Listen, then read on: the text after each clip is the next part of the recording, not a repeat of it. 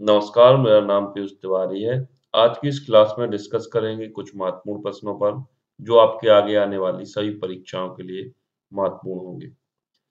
तो चलिए शुरू करते हैं आज की इस वीडियो को। देखते हैं पहला प्रश्न। आज का पहला प्रश्न है आपका, चौरी चौरा घटना कब घटित हुई थी?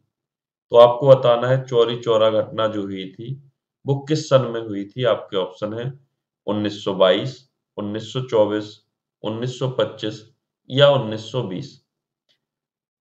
चौरी चौरा घटना आपका 5 फरवरी 1922 में हुई थी। 5 फरवरी 1922 में घटित हुई थी चौरी चौरा घटना, और इस घटना के समय गवर्नर था रीडिंग। तो आपको ये भी याद रखना है कि चौरी चौरा कांड जो हुआ था उस समय गवर्नर था आपका रीडिंग रीडिंग और इसी घटना के बाद गांधी जी ने 12 फरवरी 1922 को असहयोग आंदोलन स्थगित कर दिया। और यदि आपसे पूछ लिया जाए कि असहयोग आंदोलन प्रारंभ कब किया गया था, तो प्रारंभ आपका 1920 में हुआ था, और चौरी चौरा घटना के कारण गांधी जी ने इसे 12 फरवरी 1922 में 12 फरवरी 1922 में इसको स्थगित कर दिया गया। तो आपको याद रखना है चौरी चौरा की घटना 5 फरवरी 1922 को रीडिंग के समय में हुई थी, जिसमें 22 लोगों की मृत्यु हुई। इसी चौरी चौरा घटना के कारण गांधी जी ने अपने असहयोग आंदोलन को समाप्त कर दिया, और असहयोग आंदोलन समाप्ति की जो तारीख थी वो भी आपको याद रखनी है, 12 फरवरी 1922।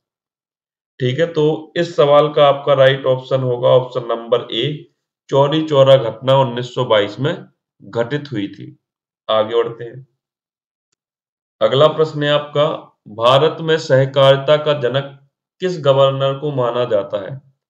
आपके ऑप्शन है डलहौजी, इरविन, करजन या माउंटबेटन। तो आपका राइट ऑप्शन होगा ऑप्शन नंबर सी, भारत में सहकारिता का जनक करजन को माना जाता है। करजन के समय में ही आपका पुलिस की सहायता के लिए सीआईडी विभाग की स्थापना की गई थी, जिसे हम क्रिमिनल इन्वेस्टिगेशन डिपार्टमेंट कहते हैं। तो करजन के समय में सीआईडी, क्रिमिनल इन्वेस्टिगेशन डिपार्टमेंट या अपराध अन्वेषण विभाग की स्थापना की गई थी, और करजन के समय में ही आपका बंगाल विभाजन हुआ था। तो आपको याद रखना है करजन के समय में 1905 में बंगाल विभाजन हुआ था।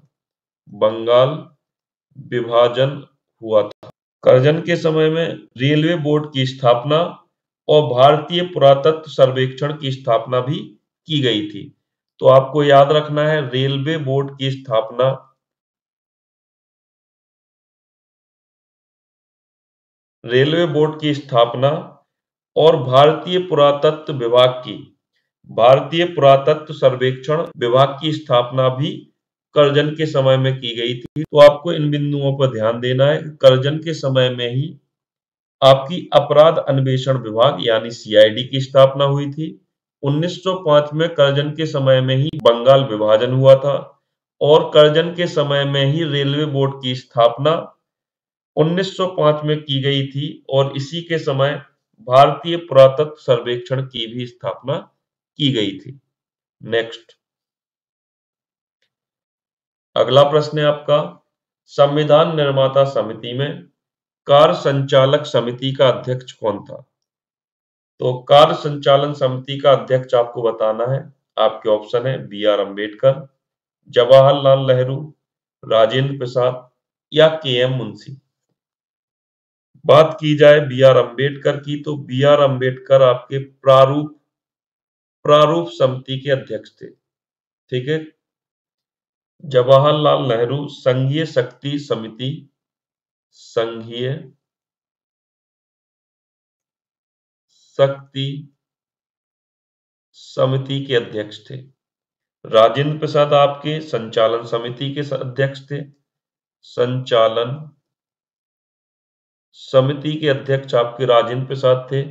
तो आपका राइट ऑप्शन होगा के एम मुंशी कार्य संचालन समिति के अध्यक्ष थे। तो राइट ऑप्शन होगा आपका ऑप्शन नंबर डी। आगे बढ़ते हैं। अगला प्रश्न है आपका, Pakistan and partition of India नामक पुस्तक का लेखक कौन है? तो आपको बताना है Pakistan and partition of India नामक पुस्तक किसके द्वारा लिखी गई है? आपके ऑप्शन है गांधी जी के द्वारा, दयानंद सरस्वती के द्वारा, जवाहरलाल नेहरू के द्वारा या बी आर अम्बेडकर के द्वारा। तो आपका राइट ऑप्शन होगा option number D, B R Ambedkar के द्वारा Pakistan and partition of India नामक पुस्तक लिखी गई है। और बी आर अम्बेडकर की जो भी इंपॉर्टेंट पुस्तकें हैं उनको हम यहाँ पे डिस्कस कर लेते हैं। एक है आपकी annihilation of caste, annihilation of caste. एक है आपकी द अनटचेबल, और एक है आपकी Buddha and his Dhamma, and his Dhamma. ठीक है। और एक पुस्तक है इनकी the riddles of Hinduism, the riddles of Hinduism. तो यह बी आर अम्बेडकर के द्वारा लिखी गई कुछ महत्वपूर्ण पुस्तकें हैं जो आपको याद रखना है। Annihilation of caste, untouchables, Buddha and his Dhamma and the riddles of Hinduism. ये तो बात हुई बी आर अम्बेडकर की महत्वपूर्ण पुस्तकों की। और इनके द्वारा बनाए गए कुछ संघ और समितियां हैं, उन पे भी आज चर्चा करते हैं। तो इनके द्वारा भारतीय मजदूर संघ की स्थापना की गई थी। भारतीय मजदूर संघ, भारतीय मजदूर संघ की स्थापना बी आर अम्बेडकर के द्वारा की गई थी। और अनुसूचित जाति महासंघ की स्थापना भी बी आर अम्बेडकर ने की थी। अनुसूचित जाति महासंघ, जाति महासंघ। और इंडिपेंडेंट लेबर पार्टी की स्थापना भी बी आर अम्बेडकर के द्वारा की गई थी। तो इम्पोर्टेंट, तो ये प्रश्न आपका बहुत ही इम्पोर्टेंट है, आपको याद रखना है। जो भी बी आर अम्बेडकर से जुड़ी हुई चीजें हैं वो आपके पेपर के लिए अपने आप ही इम्पोर्टेंट हो जाती हैं। तो आपको इनसे जुड़ी हुई जो भी चीजें हैं, जो भी घटनाएं हैं, आपको याद रखना है। जैसे आपकी ये 4 पुस्तकें हैं, इनको बिल्कुल कंठस्थ कर लीजिए। ठीक है। अगला प्रश्न देखते हैं। अगला प्रश्न है आपका एसिटिक एसिड के एक अणु में हाइड्रोजन परमाणुओं की संख्या बताइए। आपके ऑप्शन है 5, 4, 6, 3। तो आपको इस प्रश्न में एसिटिक एसिड में हाइड्रोजन परमाणुओं की संख्या बतानी है। हाइड्रोजन परमाणुओं की संख्या हम तब निकाल पाएंगे जब हमें इसका रासायनिक फॉर्मूला पता होगा, रासायनिक सूत्र पता होगा। तो इसका रासायनिक सूत्र आपको पता होना चाहिए। इसका रासायनिक सूत्र होगा आपका CH3COOH। ठीक है। तो इसमें आपको हाइड्रोजन काउंट करना है। तो देखो 3 अणु ए और 1 ए, तो हो गया टोटल 4 अणु। तो आपका राइट ऑप्शन होगा ऑप्शन नंबर बी। ठीक है। आगे बढ़ते हैं। अगला प्रश्न है आपका वेल्लूर मठ का निर्माण निम्नलिखित में से किसके द्वारा कराया गया था? आपके ऑप्शन है मोतीलाल नेहरू के द्वारा, स्वामी विवेकानंद के द्वारा, अकबर के द्वारा या दयानंद सरस्वती के द्वारा। तो आपका राइट ऑप्शन हो जाएगा ऑप्शन नंबर बी, वेल्लूर मठ का निर्माण स्वामी विवेकानंद के द्वारा 1899 में कराया गया था। और यदि आपसे यहाँ पे पूछ ले आनंद भवन का निर्माण, कोणार्क मंदिर का निर्माण, जगन्नाथ मंदिर, चेन्ना केशव मंदिर, चेन्ना केशव मंदिर, लक्ष्मण मंदिर, दिलवाड़ा जैन मंदिर, दिलवाड़ा जैन मंदिर, विष्णु मंदिर, विष्णु मंदिर, इन सभी का निर्माण किसके द्वारा कराया गया था आपको बताना है। आनंद भवन का निर्माण आपके मोतीलाल नेहरू के द्वारा 1930 में कराया गया था, मोतीलाल नेहरू के द्वारा। कोणार्क मंदिर का निर्माण पुरी में नरसिंह देव प्रथम ने कराया था। पुरी के अंदर नरसिंह देव प्रथम ने कराया था। ठीक है, नरसिंह देव फर्स्ट ने कराया था आपका कोणार्क मंदिर का निर्माण। जगन्नाथ मंदिर भी आपका पुरी में स्थित है और इसका निर्माण गंगा देव ने कराया था। गंगा देव ने कराया था। चन्ना केशव मंदिर बेल्लूर में स्थित है और इसका निर्माण विष्णुवर्धन ने कराया था। विष्णुवर्धन ने कराया था। यदि बात की जाए लक्ष्मण मंदिर की, तो लक्ष्मण मंदिर आपका मध्य प्रदेश के छतरपुर में स्थित है और इसका निर्माण चंदेल राजाओं ने कराया था। चंदेल राजाओं ने कराया था। यदि बात की जाए दिलवाड़ा के जैन मंदिर की, तो दिलवाड़ा के जैन मंदिर माउंट आबू राजस्थान में स्थित है और इसका निर्माण बिमल शाह ने कराया था। और विष्णु मंदिर की बात की जाए तो विष्णु मंदिर आपका गया में स्थित है और इसकी स्थापना रानी अहिल्याबाई ने करी थी। रानी अहिल्याबाई। ठीक है, तो आपका राइट ऑप्शन होगा इस प्रश्न का ऑप्शन नंबर बी, नेक्स्ट। अगला प्रश्न आपका, विश्व की प्रथम महिला जो संयुक्त राष्ट्र जनरल असेंबली की अध्यक्ष बनी। तो आपको उस महिला का नाम बताना है जो विश्व में पहली बार संयुक्त राष्ट्र जनरल असेंबली की अध्यक्ष बनी। आपके ऑप्शन है सरोजनी नायडू, सुचेता कृपलानी, एनी बेसेंट या आपकी विजय लक्ष्मी पंडित। तो आपका राइट ऑप्शन होगा ऑप्शन नंबर डी, विजय लक्ष्मी पंडित विश्व की प्रथम महिला थी जिन्हें संयुक्त राष्ट्र जनरल असेंबली की पहली महिला अध्यक्ष बनाया गया था। ठीक है, तो आपका राइट ऑप्शन होगा ऑप्शन नंबर डी। नेक्स्ट देखते हैं। अगला प्रश्न यहाँ पे लुक्काते नहीं रुक्काते होगा। रुक्काते अलमगिरी पत्रों का संग्रह किसके द्वारा लिखा गया था? आपके ऑप्शन है अकबर के द्वारा, जहांगीर के द्वारा, औरंगजेब के द्वारा या बंदा बहादुर के द्वारा। तो रुक्काते अलमगीरी पत्रों का जो संग्रह था यह औरंगजेब के द्वारा लिखा गया था। आपका राइट ऑप्शन होगा ऑप्शन नंबर सी। आगे बढ़ते हैं। अगला प्रश्न है आपका, राष्ट्रीय प्रेस दिवस कब मनाया जाता है? आपके ऑप्शन है 16 जनवरी को, 16 नवंबर को, 16 दिसंबर को या 14 सितंबर को। 16 जनवरी को स्टार्टअप दिवस के रूप में जाना जाता है। स्टार्टअप दिवस। स्टार्टअप दिवस के रूप में 16 जनवरी को जाना जाता है। और यदि बात की जाए 16 दिसंबर की, तो 16 दिसंबर को विजय दिवस के रूप में मनाया जाता है। विजय दिवस के रूप में 16 दिसंबर को मनाया जाएगा। और बात की जाए 16 सितंबर की, तो 16 सितंबर को हिंदी दिवस के रूप में मनाते हैं। हिंदी दिवस के रूप में मनाते हैं 14 सितंबर को। तो आपका राइट ऑप्शन होगा ऑप्शन नंबर बी, 16 नवंबर को राष्ट्रीय प्रेस दिवस के रूप में मनाते हैं और 16 दिसंबर को ही हम अंतरराष्ट्रीय सहिष्णुता दिवस भी मनाते हैं। तो आपका राइट ऑप्शन होगा ऑप्शन नंबर बी। अगला प्रश्न है आपका, भारत का पहला बायोमास हाइड्रोजन संयंत्र मध्य प्रदेश में कहाँ स्थापित किया गया है? आपके ऑप्शन है इंदौर में, भोपाल में, खांडवा में या निवाड़ी में।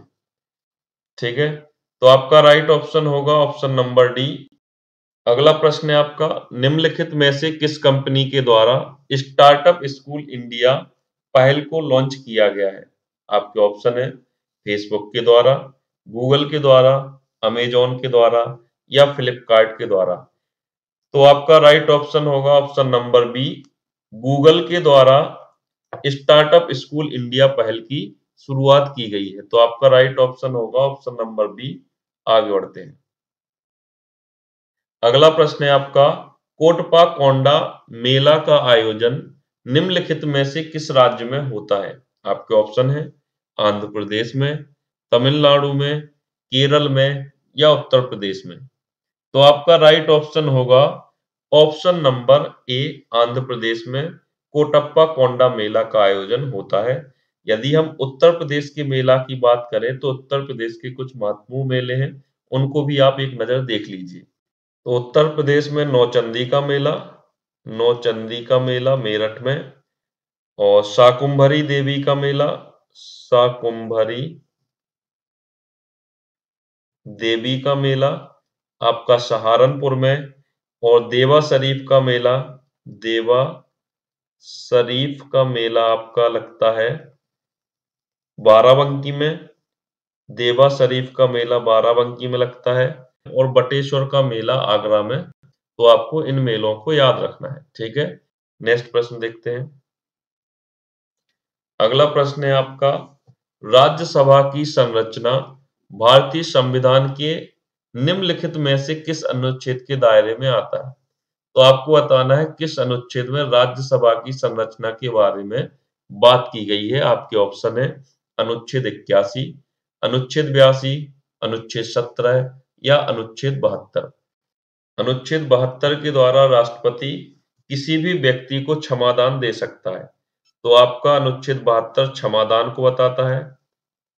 और यदि आपसे यहाँ पे पूछा जाए कि राज्यपाल किस अनुच्छेद के तहत क्षमादान देता है, तो आपको ये भी याद रखना है अनुच्छेद 161 के तहत राज्यपाल क्षमादान देने की शक्ति रखता है, ठीक है। तो राष्ट्रपति क्षमादान देने की शक्ति अनुच्छेद 72 के अंतर्गत रखता है, और राज्यपाल अनुच्छेद 161 के तहत क्षमादान देने की शक्ति रखता है।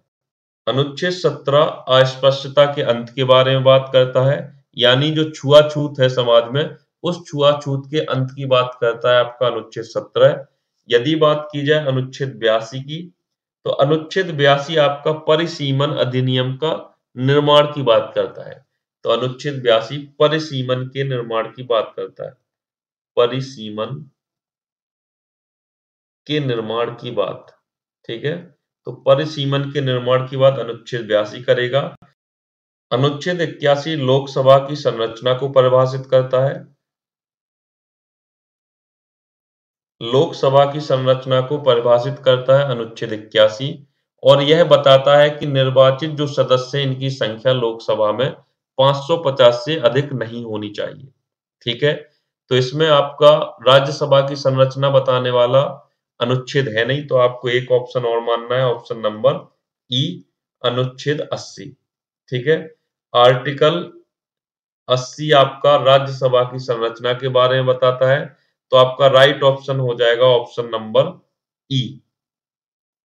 आर्टिकल 80 बताता है कि राज्यसभा के सदस्यों की अधिकतम संख्या 250 निर्धारित की गई है, और इन 250 व्यक्तियों में 12 सदस्य जो होंगे आपके राष्ट्रपति के द्वारा नॉमिनेटेड किए जाएंगे, और बाकी 238 जो सदस्य होंगे राज्यों और संघ के प्रतिनिधि होंगे, ठीक है। अगला प्रश्न है आपका 68वें फिल्म पुरस्कार या 68वें नेशनल फिल्म पुरस्कार में बेस्ट एक्टर का अवार्ड किसे दिया गया है? आपके ऑप्शन है इमरान हाशमी, इमरान हाशमी आ गया पहले ऑप्शन में, इमरान हाशमी और ऋतिक रोशन, कार्तिक और रणवीर सिंह, कार्तिक का मतलब कार्तिक आर्यन है, ठीक है, तो जानते होंगे आप लोग, रणवीर सिंह और रणवीर सिंह, दोनों रणवीर सिंह, एक कपूर कर लो भाई, रणवीर सिंह और रणवीर कपूर, अजय देवगन और सूर्या। तो आपका राइट ऑप्शन होगा option number D, Ajay Devgn और सूर्या को बेस्ट एक्टर का अवार्ड दिया गया नेशनल फिल्म फेस्टिवल में, ठीक है। अजय देवगन वही अजय देवगन है जो युवा केसरी का प्रचार करते हैं, ठीक है। तो अजय देवगन और सूर्या को बेस्ट एक्टर का अवार्ड दिया गया है। यदि बेस्ट एक्ट्रेस की बात की जाए, बेस्ट एक्ट्रेस की बात की जाए, बेस्ट एक्ट्रेस रही आपकी अपर्णा बाला मुरली, बाला मुरली। यदि आपसे पूछ ले दादा साहेब फाल्के अवार्ड किसे मिला, दादा साहेब फाल्के अवार्ड किसे मिला, तो आपको याद रखना है आशा पारेख, आशा पारेख को, आशा पारेख को मिला है, आशा पारेख को मिला है दादा साहेब फाल्के अवार्ड। अगला प्रश्न है आपका, बांदीपुर नेशनल पार्क किस राज्य में स्थित है?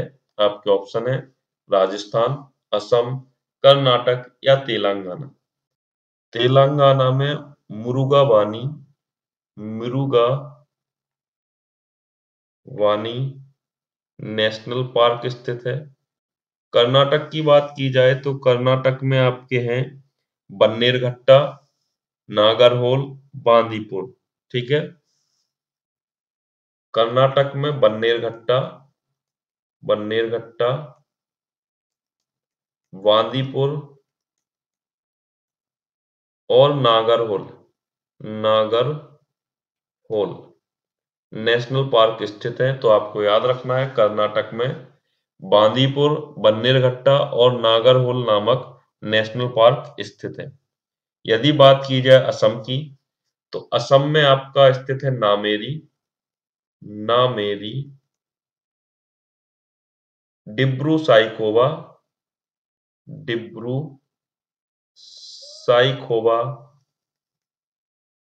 ओरांग और देहिंग पटकई।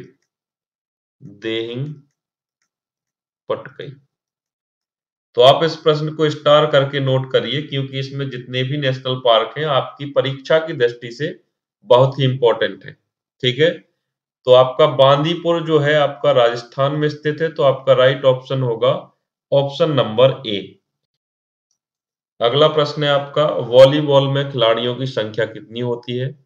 5 होती है, 6 होती है, 7 होती है या 8 होती है? तो आपका राइट ऑप्शन होगा ऑप्शन नंबर बी, वॉलीबॉल में खिलाड़ियों की संख्या 6 होगी। ठीक है, आगे बढ़ते हैं। अगला प्रश्न है आपका, ओलंपिक्स 2024 का आयोजन निम्नलिखित में से किस देश में होगा? 2024 में ओलंपिक का आयोजन तो होगा फ्रांस में, और यदि आपसे पूछ लिया जाए 2028 का ओलंपिक कहाँ पे होगा, तो आपको याद रखना है लॉस एंजिल्स में। अगला प्रश्न है आपका, जिला न्यायाधीशों की नियुक्ति निम्नलिखित में से कौन करता है? आपके ऑप्शन है राष्ट्रपति, मुख्यमंत्री, राज्यपाल या महान्यायवादी। तो आपसे पूछा गया है जिला न्यायाधीशों की नियुक्ति कौन करेगा? राष्ट्रपति जी करेंगे, मुख्यमंत्री करेगा, राज्यपाल करेगा या महान्यायवादी करेंगे? तो राइट ऑप्शन होगा ऑप्शन नंबर सी, जिला न्यायाधीशों की नियुक्ति राज्यपाल करेगा, लेकिन राज्यपाल को सलाह लेनी पड़ेगी उच्च न्यायालय की। ठीक है, तो हाई कोर्ट की सलाह पर ही राज्यपाल जिला न्यायाधीशों की नियुक्ति कर सकते हैं। हाई कोर्ट से सलाह लेकर राज्यपाल जिला न्यायाधीशों की नियुक्ति कर सकते हैं। तो आपका राइट ऑप्शन होगा ऑप्शन नंबर सी। आगे बढ़ते हैं, अगला प्रश्न देखते हैं क्या होगा। अगला प्रश्न और आपका अंतिम प्रश्न आज का, विश्व की सबसे ऊंची ज्वालामुखी निम्नलिखित में से कौन सी है? आपको बताना है, ओजस डेल सलाडो है, कोटोपेक्सी है या एकांकांगुआ है। ठीक है, एकाकांगुआ है। तो आपका राइट ऑप्शन होगा ऑप्शन नंबर सी। इसमें बी है नहीं तो इसको बी मान लो, इसको सी, तो जो भी है आपका सी आपका राइट ऑप्शन होगा, कोटोपेक्सी। तो कोटोपेक्सी विश्व की सबसे ऊंची ज्वालामुखी है और यह आपका स्थित है इक्वाडोर में। तो आपको यह भी याद रखना है कि कोटोपेक्सी इक्वाडोर में स्थित है। यदि बात की जाए विश्व की सबसे ऊंची सक्रिय ज्वालामुखी की, तो विश्व की सबसे ऊंची सक्रिय ज्वालामुखी होगी आपकी ओजस डेल सलाडो, और यह आपका एंडीज पर्वत श्रृंखला में स्थित है और यह अर्जेंटीना और चिली की सीमा पर स्थित है। तो आपसे यदि पूछ लिया जाए ओजस डेल सलाडो कहां पर स्थित है, तो आपको याद रखना है अर्जेंटीना और चिली की सीमा पर स्थित है ओजस डेल सलाडो। ठीक है, और यदि आपसे यहाँ पे पूछ लिया जाए विश्व की सबसे ऊंची शांत ज्वालामुखी, तो आपको याद रखना है एकांकांगुआ। ठीक है, तो एकांकांगुआ आपकी विश्व की सबसे ऊंची शांत ज्वालामुखी होगी और यह आपका एंडीज पर्वत श्रृंखला में ही स्थित है। आज के लिए बस इतना ही। वीडियो अच्छा लगा हो तो लाइक शेयर सब्सक्राइब जरूर कर